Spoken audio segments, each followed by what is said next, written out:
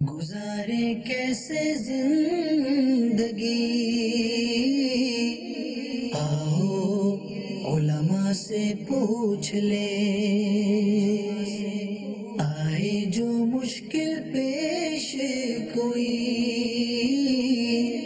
آؤ علماء سے پوچھ لے۔ الحمدللہ رب العالمین والصلاة والسلام علی سید الانبیاء والمرسلین، اما بعد فاعوذ باللہ من الشیطان الرجیم، بسم اللہ الرحمن الرحیم۔ الصلاة والسلام علیک یا رسول اللہ وعلی آلک واصحابک یا حبیب اللہ، الصلاة والسلام علیک یا نبی اللہ وعلی آلک واصحابک یا نور اللہ۔ مدنی چینل کے ناظرین، دارالفتہ اہل سنت کے سلسلے میں ایک مرتبہ آپ کو پھر مرحبا کہتے ہیں، خوش آمدید کہتے ہیں۔ ابتداءً درود پاک کی فضیلت نبی کریم صلی اللہ تعالی علیہ وآلہ وسلم کا ارشاد ہے،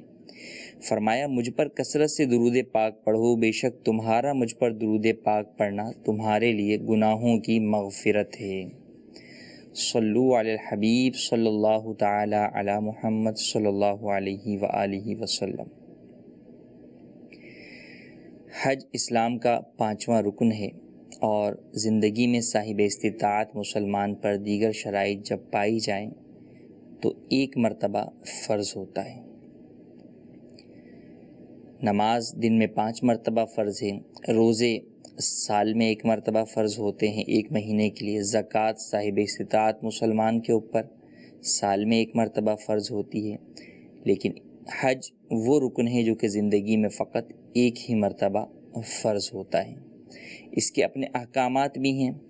اور پھر اس سے متعلق بہت سارے دیگر احکامات بھی جڑ جاتے ہیں، کیونکہ بہرحال حج سفر کر کے ہی ہوتا ہے۔ اپنے اپنے شہروں سے، دور دراز ملکوں سے لوگ مکۃ المکرمہ کی جانب روانہ ہوتے ہیں، تو روانگی سے لے کر وہاں پہنچنے تک، یعنی حج کی ابتدا ہونے سے پہلے ہی بہت سارے مسائل اس کے ساتھ جڑے ہوئے ہوتے ہیں۔ اور اسلام وہ پیارا دین ہے کہ جس نے زندگی کے ہر شعبے کے اندر مسلمانوں کی رہنمائی کی،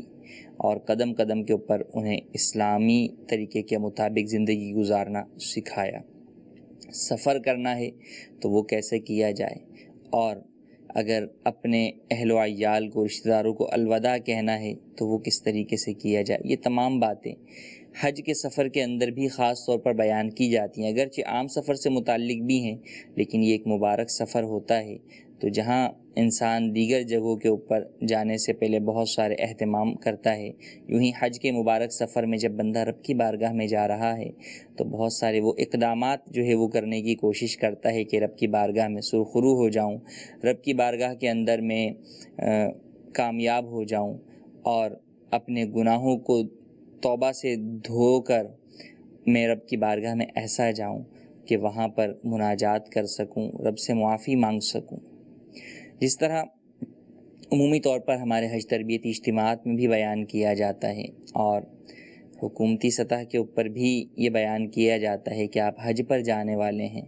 تو آپ کچھ دن پہلے سے ہی واک کرنا شروع کر دیں۔ اگر آپ کی واک کی عادت نہیں ہوگی تو وہاں پر آپ کو آزمائش کا سامنا ہوگا، کیونکہ بہرحال وہاں پر چلنا ہوتا ہے، طواف میں، سعی میں اور دیگر مقامات پر۔ اسی بات سے میں سوچ رہا تھا کہ جب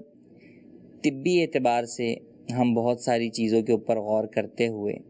لوگوں کو رہنمائی بھی دیتے ہیں، اور لوگ بھی اس بات کو، ان کو بھی بات سمجھ آتی ہے کہ نہیں یار چلنا ہے تو چلیں، پہلے سے عادت بنا لینی چاہیے، تو وہیں ہمیں اس بات کی طرف بھی غور کرنا چاہیے کہ رب کی بارگاہ میں حاضر ہو رہے ہیں تو ہمیں کن چیزوں کی عادت ابھی سے بنا لینی چاہیے۔ بعض تو وہ چیزیں ہیں جو کہ ہم پر اب بھی فرض و واجب ہیں کہ ان سے بچنا فرض ہے یا ان کا کرنا فرض ہے، اور بعض وہ ہیں جو کہ سنتیں ہیں، اور بعض وہ ہیں جو مستحبات ہیں۔ تو چاہیے تو یہ کہ ہم سنن و مستحبات کے عادی بن جائیں کہ جب اس مبارک سرزمین پر جائیں کہ جہاں سے سنتوں کا آغاز ہوا، نبی کریم صلی اللہ تعالی علیہ وآلہ وسلم نے ان مبارک جگہوں پر، ان مبارک گھڑیوں کے اندر وہ کام کیے، اور وہ آپ علیہ الصلاۃ والسلام سے نسبت رکھنے کی وجہ سے وہ کام سنت بن گئے۔ آپ علیہ الصلاۃ والسلام نے انہی زمانے میں اس زمانے میں ان جگہوں کے اوپر وہ سارے کام کیے، تو اگر جب ہم وہاں پر جا رہے ہیں اس مبارک جگہ پر،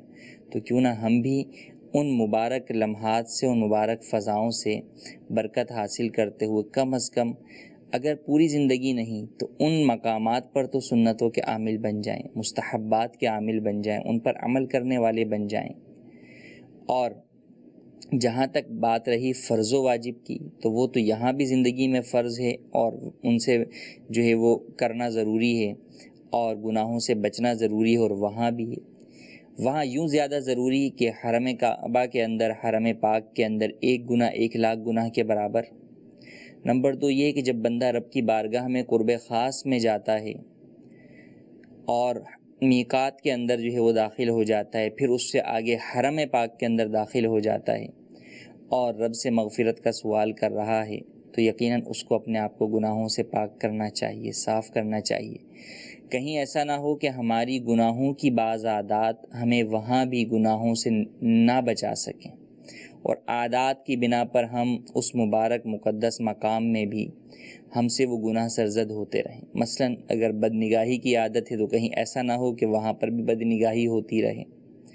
جھوٹ یا غیبت کی عادت ہے تو کہیں ایسا نہ ہو کہ وہاں بھی ہماری جو ہے وہ غیبت کی عادت جو ہے وہ جاری رہے۔ تو یہ چیز ایک تو ہمارے سفر کو، وہ سفر کے ذریعے سے اور اس مقدس کام کے ذریعے سے ہمیں وہ برکتیں حاصل نہیں ہو سکیں گی۔ دوسرا، ہم نیکیاں کمانے جا رہے ہیں، کہیں ایسا نہ ہو کہ گناہوں کا انبار اپنے سر پر لے کر لوٹیں۔ یقیناً حج مقبول جو ہے وہ گناہوں کو ایسے دھو ڈالتا ہے کہ گویا کہ وہ شخص ایسا ہے جیسے اس دن تھا جس دن اپنی ماں سے پیدا ہوا تھا، جس دن وہ پیدا ہوا تھا اس طرح ہو جاتا ہے حج مقبول۔ لیکن کیا معلوم کہ ہمارا حج مقبول بھی ہوگا یا نہ ہوگا؟ کہیں خدا نہ خواستہ ایسا نہ ہو کہ ہماری گناہوں کی عادات ہمارے حج کی قبولیت میں رکاوٹ نہ بن جائے۔ تو لہٰذا ہمیں جہاں دیگر چیزوں کی پریکٹسز کی حاجت ہے، واک کی حاجت ہے، صحت کے اعتبار سے بہت ساری چیزوں کی حاجت ہے، وہیں اس بات کی سخت حاجت اور ضرورت ہے کہ ہم گناہوں سے بچنے کی عادت بنائیں، ابھی سے کم بولنے کی عادت بنائیں۔ فضول گوئی کی عادت ہوگی تو گناہ بھی ہوں گے، جھوٹ بھی بولا جائے گا، غیبت بھی ہوگی، چغلی بھی ہوگی، بہتان بھی ہوگا، اور بہت ساری چیزیں۔ ابھی سے کم بولنے کی عادت بنائیں گے، زبان پر ذکر و درود کی عادت بنا کر رکھیں گے، تو اس کا فائدہ یہ ہوگا کہ وہاں پر بھی جا کر انشاءاللہ ہماری زبان سے ذکر و درود ہی جاری رہے گا، لبیک کی صدائیں جاری رہیں گی۔ ابھی سے نگاہیں نیچے رکھنے کی عادت بنائیں گے تو انشاءاللہ عز و جل وہاں بھی ہماری نگاہیں نیچی رہیں گی اور ہم گناہوں سے بچنے میں کامیاب ہو جائیں گے۔ اللہ تبارک و تعالیٰ سے دعا ہے کہ اللہ تبارک و تعالیٰ ہمیں یہاں بھی اور خاص کر ان مقدس مقامات پر گناہوں سے بچنے کی توفیق عطا فرمائے۔ میقات سے متعلق ایک چیز ذکر کرنا چاہوں گا۔ علماء نے جہاں احکام حج بیان کیے، وہیں پر علماء نے فوائد اور اسرار حج اور رموز بھی بیان فرمائے۔ آفاقی جو میقات سے باہر رہتے ہیں، وہ حاجی جب مکۃ المکرمہ کی طرف جا رہے ہیں تو ان کے لیے لازم ہے کہ میقات سے ہی احرام باندھ لیں یا اس سے پہلے باندھیں۔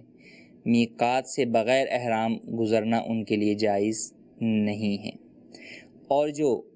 میقاتی ہیں یا حلی ہیں کہ میقات کے اندر رہتے ہیں، بہرحال ان کا بھی میقات آتا ہے، وہ حدود حرم ہے کہ حدود حرم سے پہلے انہیں بھی حج کے لیے جا رہے ہیں یا عمرے کے لیے جا رہے ہیں تو احرام باندھنا ضروری ہے۔ یہاں پہ علماء نے بیان کیا کہ میقات ایک معین جگہ ہے، اللہ تبارک و تعالیٰ کی بارگاہ میں جو بندہ حاضر ہو رہا ہے تو اس کو اس بات کا گویا کہ خاص جو ہے وہ اہتمام وہ کرے اور اپنے دل میں اس بات کو لے کر آئے کہ وہ کتنی بڑی بارگاہ کے اندر جو ہے وہ حاضر ہو رہا ہے، تو اس لیے وہاں سے احرام کے اندر آئے، خاص لباس کے اندر، خاص دربار کے اندر حاضری دے، خاص پابندیوں کے ساتھ خاص دربار کی طرف بڑھے۔ ابھی حرم پاک میں نہیں آیا بلکہ اس سے پہلے ہی میقات پر اسے گویا کہ اس بات کا پابند کیا جا رہا ہے کہ تم عام جگہ پر نہیں جا رہے بلکہ خاص دربار میں جا رہے ہو، خاص بارگاہ میں جا رہے ہو، لہٰذا اب احرام باندھ لو، مخصوص لباس اس دربار کا پہن لو، اور جو مخصوص پابندیاں ہیں ان کو اپنا لو، کیونکہ اب تم اللہ تبارک و تعالیٰ کی بارگاہ میں حاضر ہونے جا رہے ہو، اس کے گھر کی طرف جا رہے ہو، لہٰذا اب تمہارے لباس میں، دیگر چیزوں کے اندر یہ نہ ہو کہ جا تو رب کی طرف رہے ہو لیکن تمہارا دل اور تمہارا دماغ جو ہے وہ لوگوں کے اندر پھنسا ہوا ہو، دنیا کے اندر پھنسا ہوا ہو، تعلقات دنیا کے اندر پھنسا ہوا ہو۔ اسی لیے فرمایا کہ انسان کو، مرد کو خاص طور پر بغیر سلا ہوا لباس جو ہے وہ پہننے کا حکم دیا گیا احرام کی حالت کے اندر، تاکہ اس بات کا اسے احساس ہو کہ جس طریقے سے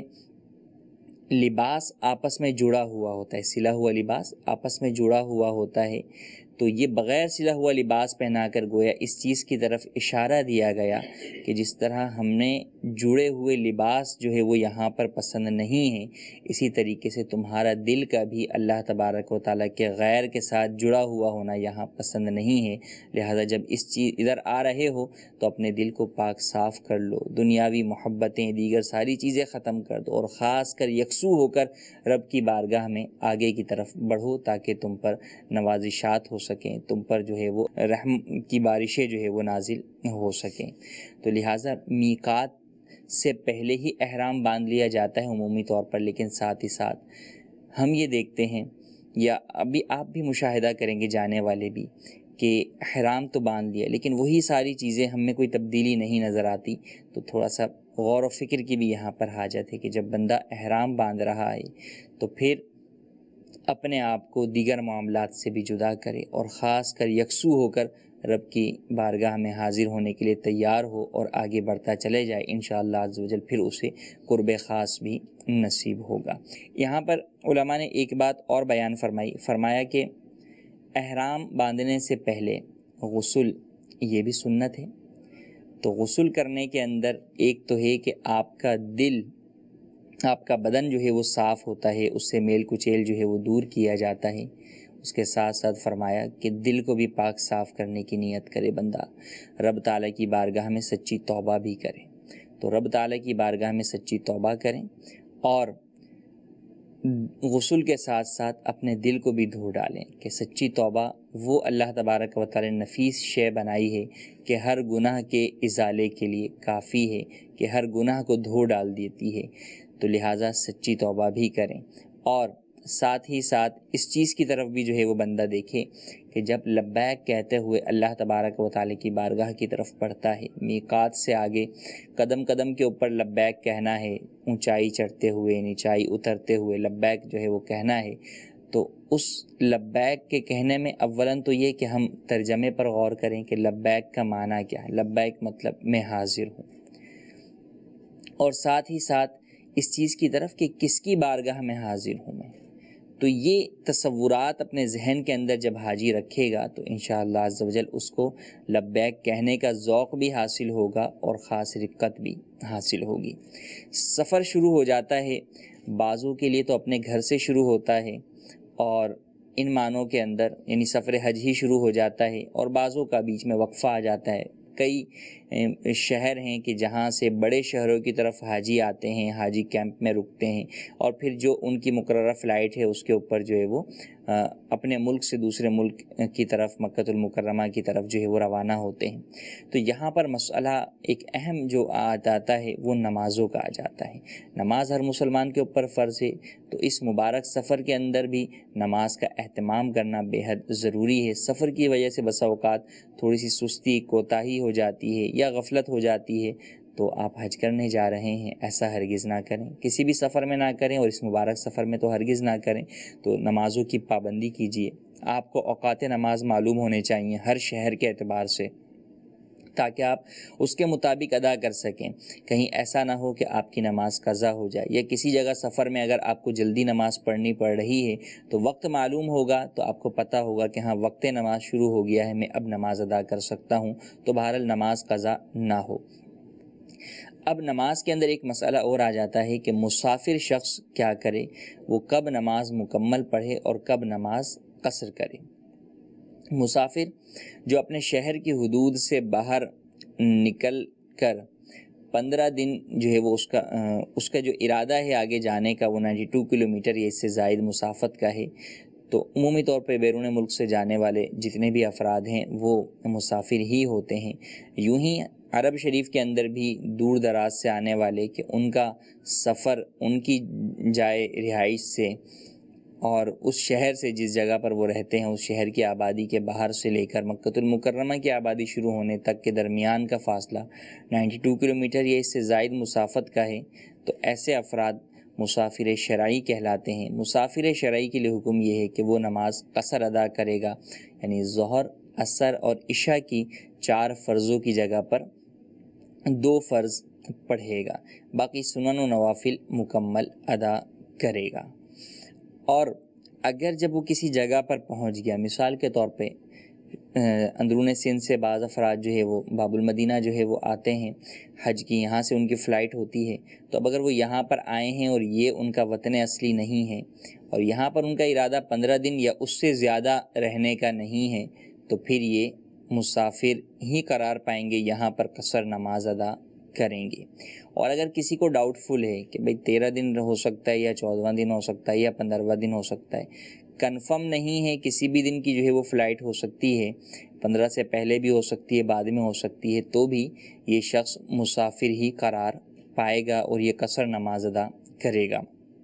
قصر نماز کے اندر یا جو مسافر شرعی ہے اس کے لیے سنتیں اور نوافل، خاص طور پر سنت مؤکدہ کی بھی وہ تاکید باقی نہیں رہتی جو عام حالت کے اندر ہوتی ہے، جب کہ وہ سفر کے اندر ہے، وہ سفر جو ہے وہ اس کا جاری و ساری ہے۔ لیکن جب وہ حالت قرار میں ہے، کسی جگہ پر ٹھہرا ہوا ہے، تو اب بہرحال وہ سنتیں ادا کریں، سنتوں سے محروم نہ ہو۔ اس سفر کے اندر جتنی زیادہ سے زیادہ نیکیاں کر سکتے ہیں وہ نیکیاں کیجیے۔ آپ نیکیاں کمانے کے لیے ہی نکلے ہیں، رب کو راضی کرنے کے لیے ہی نکلے ہیں، تو یہ وہاں جا کر ہی راضی کرنا، خانہ کعبہ اللہ شریف کے سامنے حاضر ہو کر ہی رب کو راضی کرنا یہ ضرور نہیں۔ ابھی سے یہاں سے آپ جو ہے وہ رب کی بارگاہ میں دعا کرتے رہیں، التجائیں کرتے رہیں، اور اس کے ساتھ ساتھ آپ نیکیوں میں اضافہ کرتے رہیں، تاکہ جب وہاں پہنچیں تو پھر آپ کو وہاں پر خصوصی رحمتیں اور برکتیں نصیب ہوں۔ جی کالز کو ہم شامل سلسلہ کرتے ہیں۔ جی کالز میں محمد عمران اتاری عرض کر رہا ہوں، پیارے مفتی صاحب کی بارگاہ میں سوال یہ عرض ہے کہ نماز کے 6 شرائط اور 7 فرائض ہے، تو کیا پیشانی کا جمنا زمین پر یہ بھی کیا فرض ہے؟ اور دونوں انگوٹھے کی جو انگلیاں ہیں اس کا پیٹ لگنا، ایک نے کہا کہ نہیں 5 انگلیاں میں سے کوئی بھی انگلی کا پیٹ لگ جائے گا تو فرض ادا ہو جائے گا، تو یہ 2 فرض ہے تو یہ ظاہری فرضوں میں کیوں نہیں گنے جاتے؟ اس پر بھی کچھ خلاصہ کلام فرمائے۔ جی مزید کال۔ محمد عبد الرزاق اتاری ہند کے شہر گلبرگہ سے عرض کر رہا ہوں۔ مفتی صاحب سے سوال عرض ہے کہ جب ہم کوئی چیز کی خریداری کرتے ہیں، ویجیٹیبل ہو یا پھر فروٹس وغیرہ یا پھر کوئی اور چیز گھر سے گھریلو سامان وغیرہ کی خریداری کرتے ہیں، تو خریدنے سے پہلے چیز کو ہاتھ میں لے کر اس کو چیک کیا جاتا ہے کہ یہ درست ہے بھی یا نہیں۔ اگر ترکاری وغیرہ ہے تو اس کو بھی دیکھ کر ہی لیا جاتا ہے۔ اگر ہمارے چیک کرنے کے دوران اگر اس چیز کے اندر عیب پیدا ہو جائے، وہ ٹوٹ جائے، تو کیا اب اس کو ہم خریدنا ہی ہوگا یا پھر اسے دکاندار کو واپس کرنا ہوگا؟ برائے کرم اس کا جواب ارشاد فرمائیے، جزاک اللہ خیرا۔ جی مزید کال۔ حضور بہار شریعت حصہ 6 صفحہ نمبر 1063 مسئلہ نمبر 60۔ کیا یہ مسئلہ ہر سفر کے لیے میں عمل کر سکتے ہیں؟ مسئلہ یہ ہے، سفر مدینہ طیبہ میں بعض مرتبہ قافلہ نہ ٹھہرنے کے باعث بمجبوری ظہر و عصر ملا کر پڑھنی ہوتی ہے۔ اس کے لیے لازم ہے کہ ظہر کے فرضوں سے فارغ ہونے سے پہلے ارادہ کر لے کہ اسی وقت عصر پڑھوں گا، اور فرض ظہر کے بعد فوراً عصر کی نماز پڑھے، یہاں تک کہ بیچ میں ظہر کی سنتیں بھی نہ ہوں۔ اسی طرح مغرب کے بعد عشاء بھی انہی شرطوں سے جائز ہے، اور اگر ایسا موقع ہو کہ عصر کے وقت ظہر یا عشاء کے وقت مغرب پڑھنی ہو، تو صرف اتنی شرط ہے کہ ظہر اور مغرب کے وقت میں وقت نکلنے سے پہلے ارادہ کر لے کہ ان کو عصر و عشاء کے ساتھ پڑھوں گا۔ جی پہلا سوال نماز سے متعلق کہ شرائط اور فرائض بیان کیے جاتے ہیں، 6 شرائط 7 فرائض، لیکن اس کے بعد یہ بھی بیان کیا جاتا ہے کہ سجدے کے اندر کم از کم 1 انگلی کا پیٹ لگانا جو ہے فرض ہے، تو یہ کیوں جو ہے وہ فرائض میں بیان نہیں کیا جاتا جبکہ یہ فرض ہے؟ دیکھیں، ایک ہے نماز کے فرائض اور ایک یہ ہے کہ اس فرض کے فرائض۔ تو نماز کے فرائض اوورال بیان کیے جاتے ہیں، اب اس کے بعد اس فرض کے لیے کیا کیا ضروری ہے، وہ فرض ادا کیسے ہوگا، وہ فرض کب کہا جائے گا کہ یہ فرض ادا ہو گیا، کہ جیسے قیام ہے کہ بھئی کتنا قیام جو ہے وہ فرض ہے، تو اب آگے اس کی ڈیٹیل آ جاتی ہے کہ اتنا قیام فرض ہے کہ جتنی قراءت فرض ہے۔ تو نماز کے شرائط یا فرائض بیان کرنے کے اندر فقط نماز کے شرائط و فرائض ہی بیان کیے جاتے ہیں۔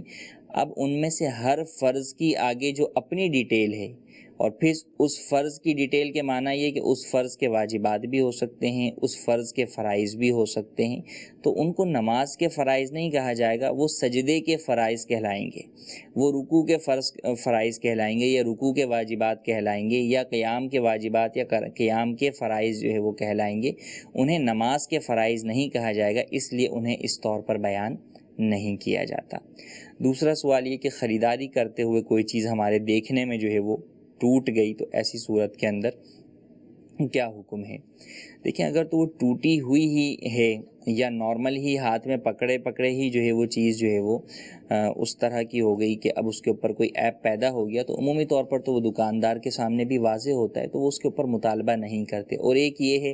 کہ آپ کے ہاتھ سے جو ہے وہ گر کر جو ہے وہ ٹوٹ گئی، یا آپ نے اس کو اس طرح جو ہے وہ کوئی چیز کھولنے کی تھی لاک کے ساتھ، آپ نے لاک کے بجائے اس کو زبردستی کر کے کھولا، اب آپ کی جو ہے وہ غفلت کی وجہ سے، آپ کی کوتاہی کی وجہ سے جو ہے وہ چیز ضائع ہوئی ہے، تو پھر بہرحال یا تو آپ کو وہ چیز لینی ہوگی یا پھر اس کا تاوان جو ہے وہ دینا ہوگا۔ چیز لینا تو خیر ضروری نہیں کہا جا سکتا، لیکن بہرحال تاوان اس کا جو بھی بنتا ہے وہ تو پھر آپ کے اوپر لازم ہوگا، تو تاوان ادا کر کے پھر آپ وہ خراب چیز یا ٹوٹی ہوئی چیز جو ہے وہ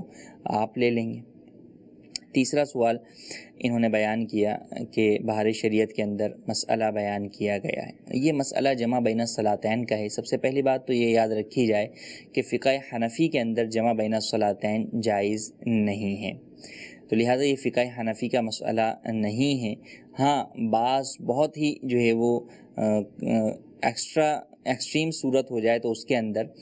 دوسرے مذہب کے اوپر جو ہے وہ عمل کی اجازت دی جاتی ہے، تو ایک طرف نماز قضا ہو رہی ہے اور دوسری طرف یہ صورت درپیش ہے، تو وہاں پر علماء نے اس مسئلے کو ذکر کیا، اور خاص کر یہ مسئلہ جو ہے وہ اس دور کے اندر زیادہ درپیش آتا تھا کہ جب کر اونٹوں پر اور دیگر جانوروں پر سواریاں ہوا کرتی تھیں۔ فی زمانہ ایسا جو ہے وہ مشکل مسئلہ نہیں ہے، نماز اگر آپ سفر کے اندر بھی کہیں پڑھ رہے ہیں تو آپ پڑھ سکتے ہیں، اگر آپ گاڑی کے اندر ہیں تو آپ گاڑی کے اوپر بھی جو ہے وہ نماز پڑھ سکتے ہیں، اگرچہ بعد میں آپ اس نماز کو جو ہے وہ دوہرا لیں گے، وضو نہیں ہے تو آپ تیمم کر کے نماز پڑھ سکتے ہیں۔ تو یوں اس کو ہر جگہ پر امپلیمنٹ جو ہے وہ نہ کیا جائے کہ یہ مذہب غیر کے اوپر جو ہے فتویٰ ہے، اور یہ مخصوص صورت کے اندر ہی جو ہے وہ اس کی اجازت ہے، ہر حال کے اندر اس کی اجازت نہیں ہے۔ جی مزید کال۔ اعجاز فاروق قادری اطاری گریس کے شہر ایتھن سے عرض کر رہا ہوں۔ میرا مفتی صاحب سے سوال ہے کہ کیا کوئی ایسی صورت بھی ہے کہ نئے سرے سے دوبارہ حج کرنا ہوتا ہے؟ جی، جیسا کہ ہم نے بیان کیا کہ زندگی میں حج فقط ایک ہی مرتبہ فرض ہوتا ہے، تو کیا کبھی ایسا بھی ہو سکتا ہے کہ کسی نے حج فرض ادا کر لیا اسے دوبارہ کرنا ہوگا؟ جی ہاں، ایک صورت ایسی ہے، اور وہ یہ ہے کہ اگر خدا نخواستہ کسی شخص سے کلمہ کفر سرزد ہو گیا اور اس میں علماء نے التزام کفر کا جو ہے وہ حکم دیا، اور یہ حکم ہوا کہ جناب یہ شخص جو ہے وہ کافر و مرتد ہو گیا، اب اس پر لازم ہے توبہ تجدید ایمان کرے، تو یوں ہی اس شخص کے اوپر یہ بھی لازم ہوگا کہ اب دوبارہ اگر صاحب استطاعت ہوتا ہے تو اس کو دوبارہ حج کرنا لازم ہوگا، کہ پہلا حج اس کا باطل ہو گیا، کہ کفر جو ہے وہ پچھلی ساری عبادات کو ضائع کر دیتا ہے۔ تو اگر خدا نخواستہ کسی کے ساتھ ایسا ہوا اور اس کے بعد دوبارہ حج واجب ہونے کی، حج فرض ہونے کی اس میں تمام شرائط پائی گئیں، تو بہرحال اس کو پھر دوبارہ حج ادا کرنا ہوگا۔ کچھ ہم میسیجز بھی جو ہے وہ شامل کرتے ہیں۔ ایک سوال یہ ہے کہ اسلامی بہنیں سر کے سائیڈ کی مانگ نکال سکتی ہیں یا نہیں؟ اسلامی بہنیں جو ہے وہ سر کے سائیڈ کی بھی مانگ نکال سکتی ہیں، اس میں کوئی ناجائز و گناہ والی بات نہیں ہے۔ ایک اور سوال یہ ہے کہ کیا اسلامی بہن کے لیے قرآن پڑھتے وقت بھی سر کے بال اور بازو چھپانا فرض ہے؟ غیر محارم نہیں ہیں، محارم کی موجودگی کے اندر ہے یا علیحدہ ہے یا عورتوں میں ہی ہے عورت تلاوت قرآن کریم کر رہی ہے، تو اب اگر ہاف آستین کے جو ہے وہ کپڑے پہنی ہوئی ہے تو اس پر بازو چھپانا فرض نہیں ہے، یوں ہی سر کے بال چھپانا فرض نہیں ہے کہ اگر سر کے بال کچھ نظر آ رہے ہوں۔ ویسے سر ڈھانک کر تلاوت کرنا یہ آداب تلاوت میں سے ہے، تو یوں سر ڈھانک کر تلاوت کی جائے، لیکن اگر کچھ بال نظر بھی آ رہے ہوں تو اس میں یہ تلاوت قرآن کریم کے اعتبار سے یہ ضروری نہیں ہے۔ ہاں بہرحال نماز کی شرائط میں سے ستر عورت ہے عورت کے لیے، اور نماز کے اندر اگرچہ علیحدہ بھی نماز پڑھ رہی ہو، اکیلے کمرے میں بھی نماز پڑھ رہی ہو یا عورتوں کے ساتھ نماز پڑھ رہی ہو، تو بھی عورت پر یہ لازم ہے کہ وہ نماز کے اندر اپنے بازو بھی چھپائے گی اور اپنے سر کے تمام بال بھی چھپائے گی۔ ایک سوال یہ ہے کہ اگر سیدھی آنکھ پھڑکتی ہو تو کیا اس سے کچھ جو ہے وہ ہوتا ہے؟ اس طرح کی باتیں جو ہے وہ سیدھی آنکھ پھڑکنے سے کچھ ہو جائے گا، یہ لوگوں کا جو ہے وہم ہوتا ہے، یا بدگمانی یا بدشگونی لوگ جو ہے وہ ان چیزوں سے جو ہے وہ کرتے ہیں۔ اسلام بدشگونی کی قطعاً اجازت نہیں دیتا، تو ان باتوں کی کوئی حقیقت نہیں ہے۔ ایک سوال یہ ہے کہ قضا نماز بھی پوری پڑھیں گے یا کہ آدھی؟ یعنی اگر آپ مسافر ہیں تو حالت مسافرت میں اگر آپ اپنی کوئی قضا نمازیں ادا کرتے ہیں تو آپ کیا کریں گے؟ وہ بھی کیا آدھی پڑھیں گے؟ نہیں، وہ آدھی نہیں پڑھیں گے۔ جو نمازیں آپ کی اس حالت میں قضا ہوئیں کہ آپ مقیم تھے، تو اگرچہ آپ ان نمازوں کو حالت سفر میں ادا کریں وہ آپ پوری ہی ادا کریں گے، اور اگر حالت سفر میں چھوٹے جانے والی نمازیں آپ اس وقت ادا کرتے ہیں جب آپ مقیم ہیں تو وہ آپ قصر نماز ہی ادا کریں گے۔ تو بہرحال یہ دیکھا جائے گا کہ وہ نماز جب قضا ہوئی تھی تو اس کی کیا کیفیت تھی، سفر والی تھی یا مقیم والی تھی۔ اگر مقیم والی تھی تو کبھی بھی ادا کریں، چاہے سفر میں چاہے حالت اقامت کے اندر، وہ آپ پوری ہی پڑھیں گے۔ سفر والی تھی تو چاہے سفر میں ادا کریں چاہے گھر پہ ادا کریں، دونوں صورتوں کے اندر اسے قصر ہی ادا کریں گے۔ جی مزید کالز۔ میرا نام احتشام یعقوب عطاری ہے۔ میرا مفتی صاحب سے سوال ہے کہ ویل چیئر پر بیٹھ کر طواف اور سعی کرنا کیسا ہے؟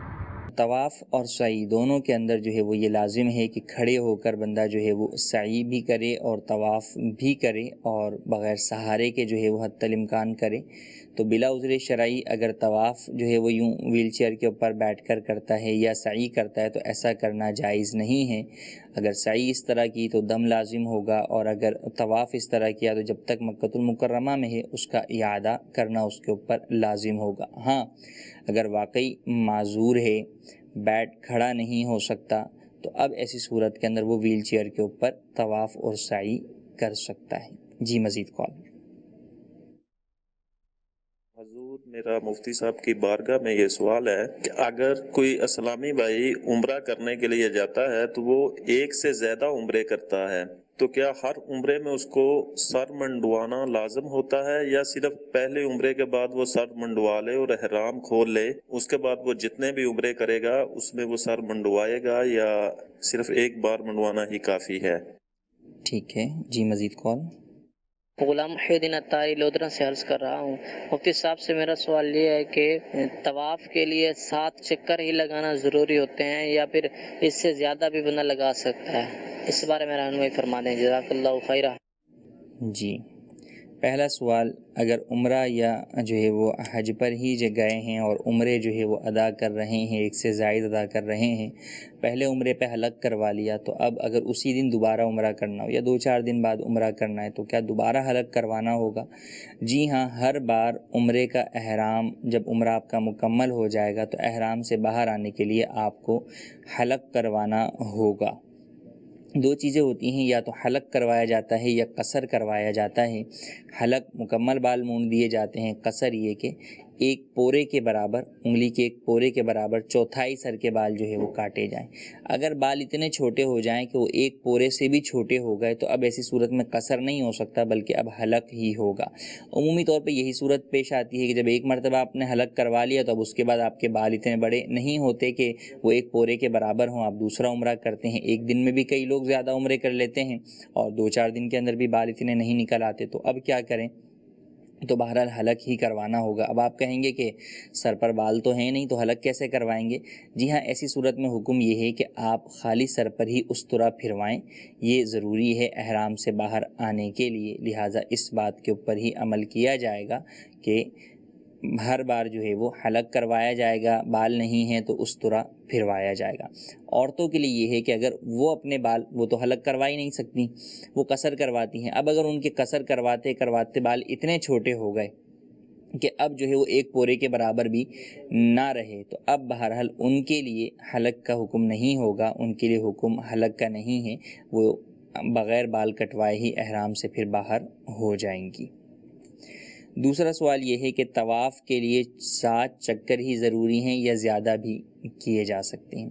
جی ہاں، طواف کے لیے 7 چکر ہی ضروری ہیں، اس سے زیادہ جو ہے وہ طواف کے چکر نہیں لگا سکتے۔ قصداً لگائیں گے تو پھر اس کے بعد آپ کو مکمل 7 اور کرنے پڑیں گے کہ وہ اگلا طواف شروع ہو جائے گا، تو لہٰذا 7 چکر پر طواف جو ہے وہ مکمل کیجئے، 2 رکعت نماز ادا کیجئے، پھر جو ہے وہ دوسرا طواف شروع کر دیجئے، یا طواف مکمل کر لیا 7 چکر کا اور مکروہ وقت ہے کہ نماز جو ہے وہ آپ نہیں ادا کر سکتے نماز طواف، تو آپ دوسرا طواف شروع کر دیں، تو یوں وہ دوسرا طواف شروع ہو جائے گا، لیکن بہرحال یوں نہیں کہ آپ 8 چکر جو ہے وہ لگا لیں۔ ہاں، شک والی صورت ہے تو وہ اس کے پھر احکام جو ہے وہ جدا ہیں۔ جی مزید کال۔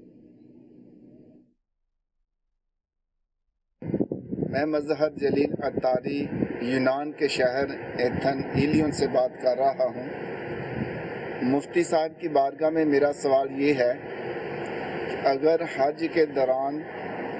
عورتوں کے مخصوص ایام شروع ہو جائیں، ان کے لیے حکم شرعی کیا ہوگا؟ عورتوں کو مخصوص ایام کے اندر جن چیزوں کی اجازت نہیں ہوتی، ان چیزوں سے بچنا ان ایام کے اندر وہاں بھی عورتوں کے لیے ضروری ہوگا۔ وہ کون سی چیزیں ہیں؟ نماز نہیں پڑھ سکتی اور مسجد کے اندر داخل نہیں ہو سکتی، تلاوت قرآن کریم نہیں کر سکتی۔ اب حج میں جو مسئلہ درپیش آتا ہے وہ خاص کر مسجد میں جانے کا آتا ہے کہ طواف اگر کسی عورت کو کرنا ہے تو وہ نہیں کر سکتی، تو لہٰذا عورت جو ہے وہ مسجد میں نہیں جائے گی، اس کے علاوہ بقیہ کام جو ہے وہ سارے کرے گی۔ جیسے حج شروع ہو گیا تو حج جب شروع ہوا تو اب یہ پہلے مینا، عرفات، مزدلفہ، یہاں ساری جگہوں پر عورت جا سکتی ہے۔ مینا کے اندر جمرات کو کنکریاں بھی عورت مار سکتی ہے، تو ناپاکی کے ایام کے اندر عورت کو ان کاموں میں سے کسی کام کی ممانعت نہیں ہے۔ ہاں، اب آ جائے گا طواف الزیارہ کہ اب اس کے لیے مسجد کے اندر جانا پڑے گا اس کو طواف، تو اب وہ انتظار کرے گی، جب پاک ہوگی تو پھر جا کر اپنا طواف الزیارہ ادا کرے گی۔ اگر وہ ان 3 ایام کے اندر 10، 11، 12 ذوالحج کے اندر پاک نہیں ہوتی تو پھر بعد میں جا کر ادا کرے گی اور اس کے اوپر دم وغیرہ بھی لازم نہیں ہوگا۔ اور اگر یہاں سے جاتی ہے عورت اور حج تمتع یا حج قران کی صورت جو ہے وہ ہوتی ہے اور اس کو پہلے جو ہے وہ عمرہ کرنا ہے، تو اب اگر وقت نہیں ہے، حج شروع ہو گیا کہ عرفات کا جو ہے وہ وقت آ گیا اور عورت اب تک پاک نہیں ہوئی جبکہ احرام اس نے پہلے عمرے کا باندھا ہوا ہے، تو پھر اس کے لیے حکم یہ ہوتا ہے کہ وہ اپنا عمرے کا احرام جو ہے وہ چھوڑ دیتی ہے حج تمتع کرنے والی عورت، اور وہ حج کا احرام باندھ کر حج کے ارکان جو ہے وہ شروع کر لیتی ہے اور حج کے ارکان کو پھر مکمل کر لیتی ہے، اور بعد میں وہ جو اس نے عمرہ جو ترک کیا تھا، چھوڑا تھا، اس کی قضا کرے گی کہ وہ وہاں سے جا کر مسجد عائشہ سے یا اور میقات کے پاس سے جا کر احرام باندھ کر آئے گی اور اپنا وہ عمرہ قضا جو ہوا تھا اس کو ادا کرے گی اور دم دے گی، تو یوں اس کا جو عمرہ چھوٹا تھا وہ بھی ادا ہو جائے گا۔ تو ان باتوں کا بھی خیال رکھنا جو ہے وہ ضروری ہے۔ حج کے ایام کے اندر ان چیزوں کے اوپر بھی خواتین کے جو مسائل ہیں، جو معاملات ہیں، ان کو پیش نظر رکھنا بہرحال ضروری ہوتا ہے کہ کہیں ایسا نہ ہو کہ غفلت کی وجہ سے کسی گناہ کے اندر جو ہے وہ پڑ جائیں، ایک کام کر کے بھی آئیں اور وہ کام اس چیز کے اندر پایا ہی جو ہے وہ نہ جائے، اور پھر اس میں کئی مسائل ہوتے ہیں، تو اس کے لیے بہرحال جن کے ساتھ یہ مسائل موجود ہیں، یہ مسائل جب پیچیدہ ہو جاتے ہیں ناپاکی کے معاملات کے، تو بہرحال ان کو چاہیے کہ اپنے شوہر کے ذریعے سے دارالفتہ اہل سنت میں رابطہ کر کے ان مسائل کے اوپر رہنمائی ابتداءً ہی حاصل کر لیں، تاکہ آگے انہیں معلوم ہو کہ حج کے کس موقع کے اوپر مجھے کیا کام کرنا ہے، کس طریقے سے کرنا ہے. کیونکہ یہ ضروری نہیں کہ آپ حج تمتع کا ہی احرام باندھ کر جائیں. بعض صورتوں کے اندر آپ چاہیں تو حج افراد کا بھی احرام جو ہے وہ باندھ کر جا سکتی ہیں. تو اب یہ ایام کو اپنے پیش نظر رکھتے ہوئے یہ ڈیسیجن لیا جا سکتا ہے کہ میں نے حج تمتع کرنا ہے یا حج قران کرنا ہے یا میں نے حج افراد کرنا ہے. تو ان چیزوں کو بہرحال پیش نظر رکھنا ضروری ہے. اللہ تبارک و تعالیٰ سے دعا ہے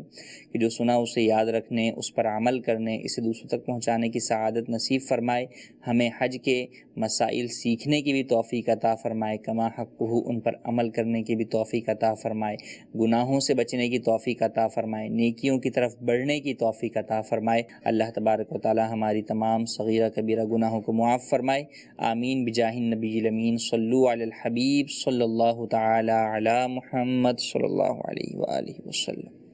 گزارے کیسے زندگی، آؤ علماء سے پوچھ لیں. آئے جو مشکل پیش کوئی، آؤ علماء سے پوچھ لیں.